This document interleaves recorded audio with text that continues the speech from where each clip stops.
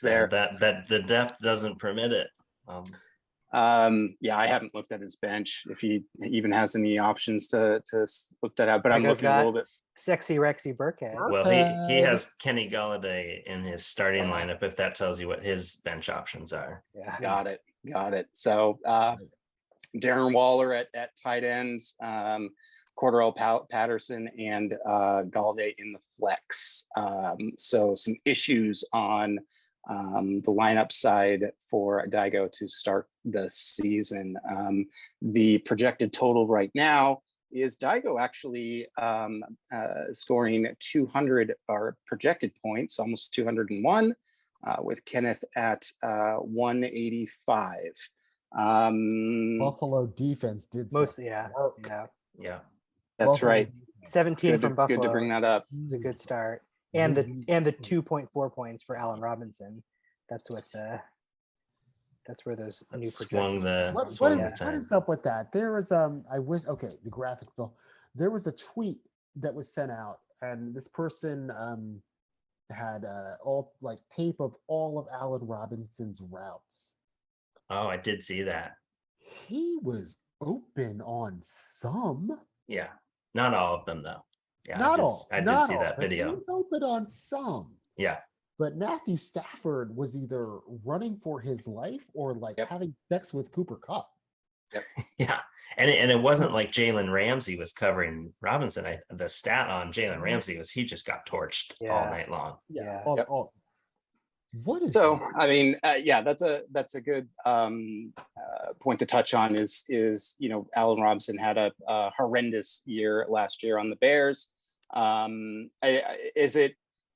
we starting to panic on his usage yet, or are you guys staying the course with A-Rob? For those of you just listening, emphatically nodding his head at the panic. He has hit the panic button on Allen Robinson.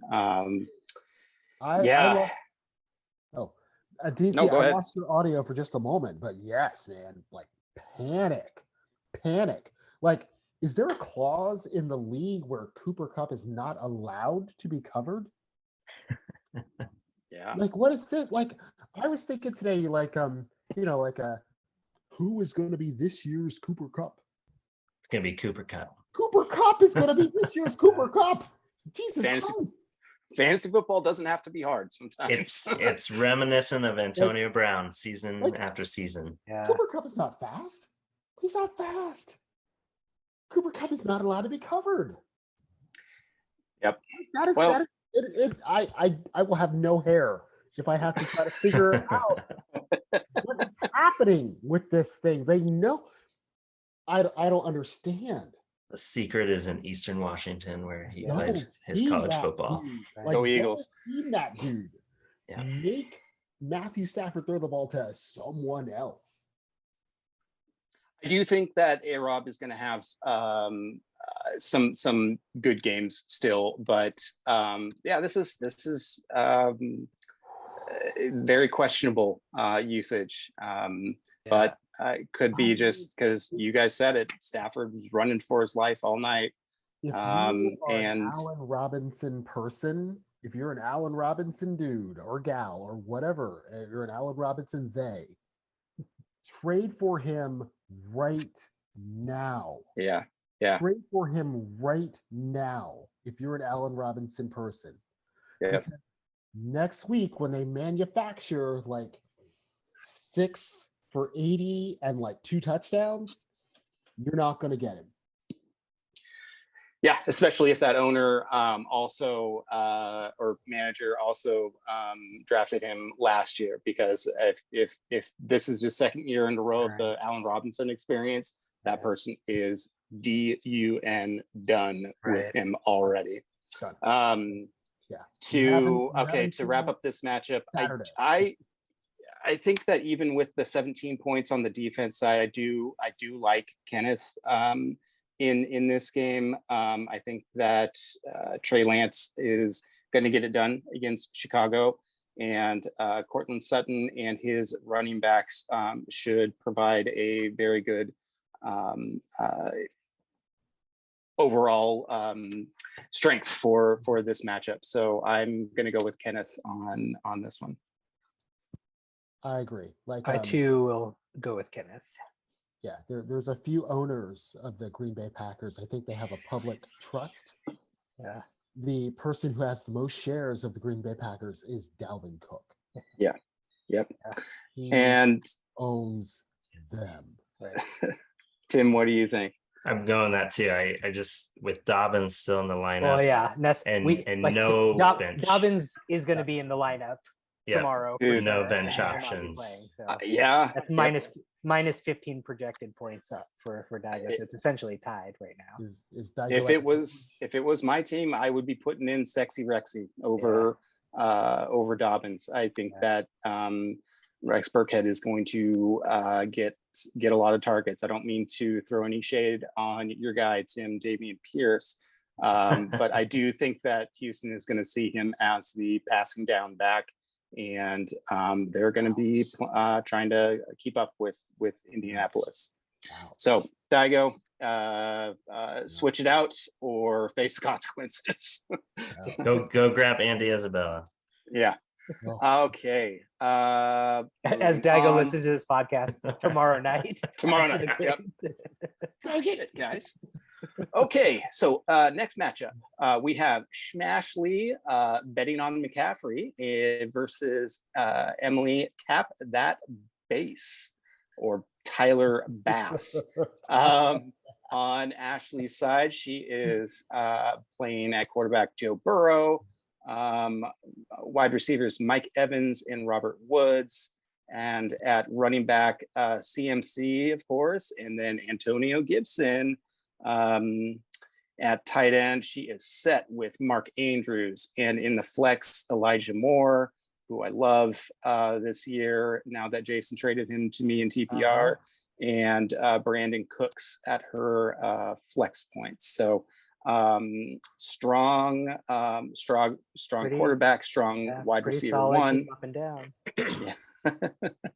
And looking at the other side, Emily is starting Lamar Jackson, who would be, if Russell Wilson wasn't my QB starter of the week, that Lamar Jackson might have taken that spot. And then at wide receiver, she had a very strong showing by Stephon Diggs, who had put up 36 points for her on Thursday. She's got Jalen Waddle, and then at running back, Nick Chubb, and starting Kenny Gainwell from the Eagles. A tight end is Dalton Schultz. So this is a very good tight end matchup between the two of them. And then, Emily, Alan Lazard is not playing tomorrow. So get him out of your flex.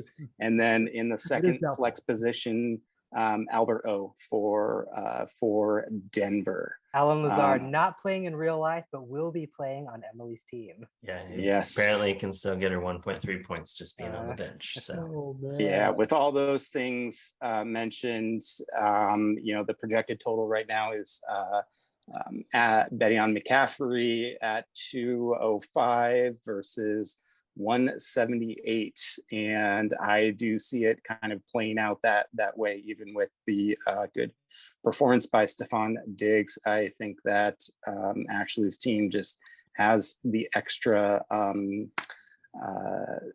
oomph to put her over the top for the week.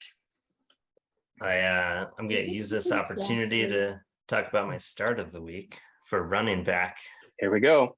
Hold on to your butts, because I am going with Antonio Gibson. Love the it. roller coaster of preseason. Unfortunate for Robinson. Hopefully he heals soon. Rivera, Ron, you can't give the ball to anyone else. You got to give it to Antonio. You don't need to throw it. You're playing Jacksonville. You don't need to throw it. Carson Wentz is your quarterback. So just hand off the ball to Antonio Gibson, and he should break off some for you. So I'm taking the risk on this, but I think that this is Antonio Gibson's chance to try and earn his job back due to an unfortunate circumstance, and the Jacksonville Jaguars are the team to do it against. I think they're just going to ground and pound it all day long. They have the defense to hold up. So that's my start of the week at running back. Kids, don't get shot. um, Tim, what I love about that start of the week is if any of you guys listen to the Audible or any of the Football Guys podcasts, Sigmund Bloom has a term that he uses a lot, and I like listening to him. And he's got a very philosophical take on fantasy sports that I kind of vibe with. And Ron Rivera, what Sigmund Bloom's phrase is assumption of rational coaching. And Tim, you set it up really nicely there about who they're playing. Jacksonville, you don't have to air it out, and Ron Rivera, I believe, is a very rational coach. And even with, I don't like the team as a whole, the Manders, but this is a very rational move to use Antonio Gibson as early and often as possible in this game. So I like that start of the week.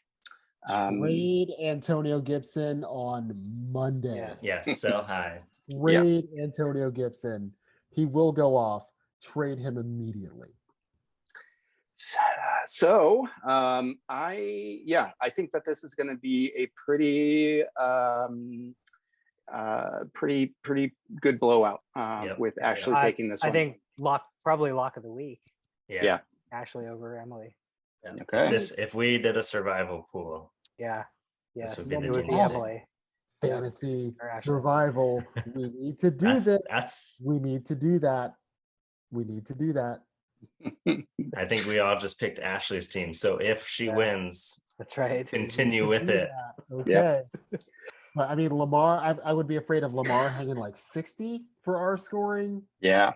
And Chubb doing some damage. But other than that. But without roster changes. 0 for Lazard and Kenny Gainwell. Yeah. Looking good. Okay. All right. Let's move on to the next matchup. We have Aaron Hapola. What's his team name? Mandatory Stafford infection? Infection, Okay. Emphasis on the infection. Yes. For this week. Really engaged Aaron Hapola. Yes, that's true. Hey, congrats, Haps. Aaron. Congratulations, Rebecca. Very nice. Versus Tim's Dinos football team, formerly known as the Dinky Dinos. On Haps's side, he did start Matt Stafford, regrettably, who got him 21 points, which is actually more than what it looked like he was thrown out on the field on Thursday. Yes. And at wide receiver, he's starting Keenan Allen, classic Haps pick, and DJ Chark. At running back, he's got Aaron Jones and Travis Etienne, starting Travis Kelce.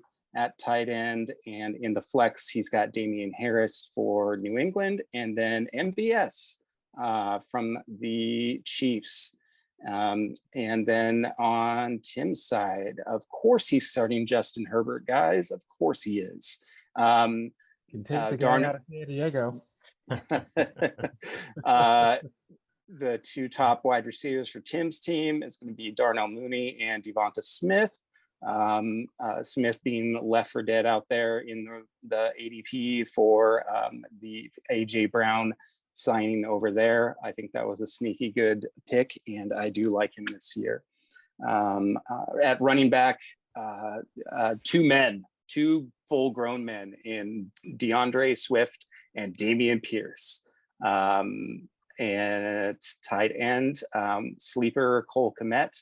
I think we all like his potential for targets and touchdown regression in his favor. And then you could also the flex. I love Tim's flexes this week. He's got AJ Dillon and Javonte Williams. Those are RB1s on any other team. So Tim is very lucky to have those guys starting in the flex position. The projected totals has Tim winning